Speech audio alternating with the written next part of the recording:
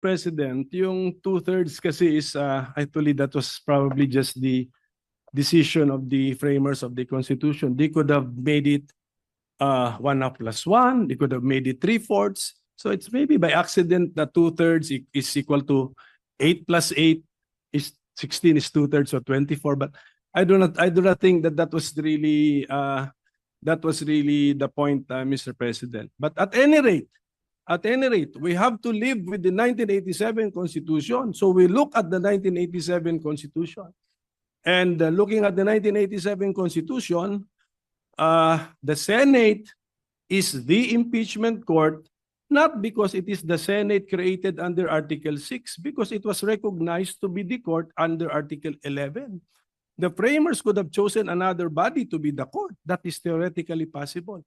But it chose the Senate, not as a legislative body, but as a part of Congress, but not as a legislative body. So, yun po yung aking pagkaintindi. We have to live with the 1987 Constitution.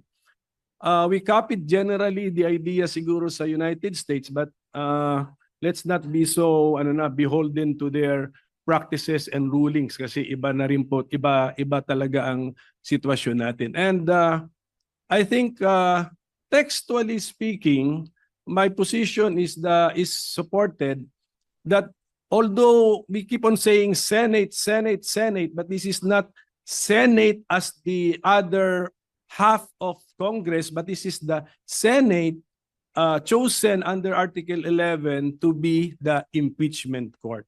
So iba po ito. And then may paragraph 8 doon, sinabi, Congress shall also issue the rules to give life to the accountability of public officers. So, and we have done that.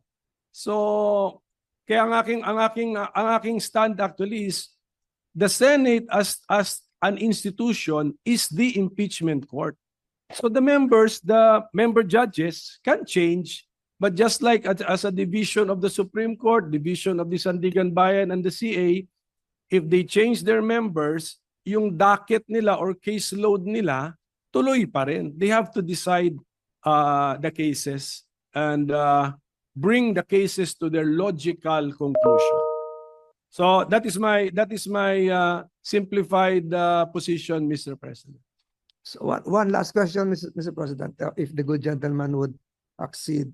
Ang ibig sabihin po nito, Mr. President, is that the Senate now, under the 19th Congress, is empowered, is authorized to confer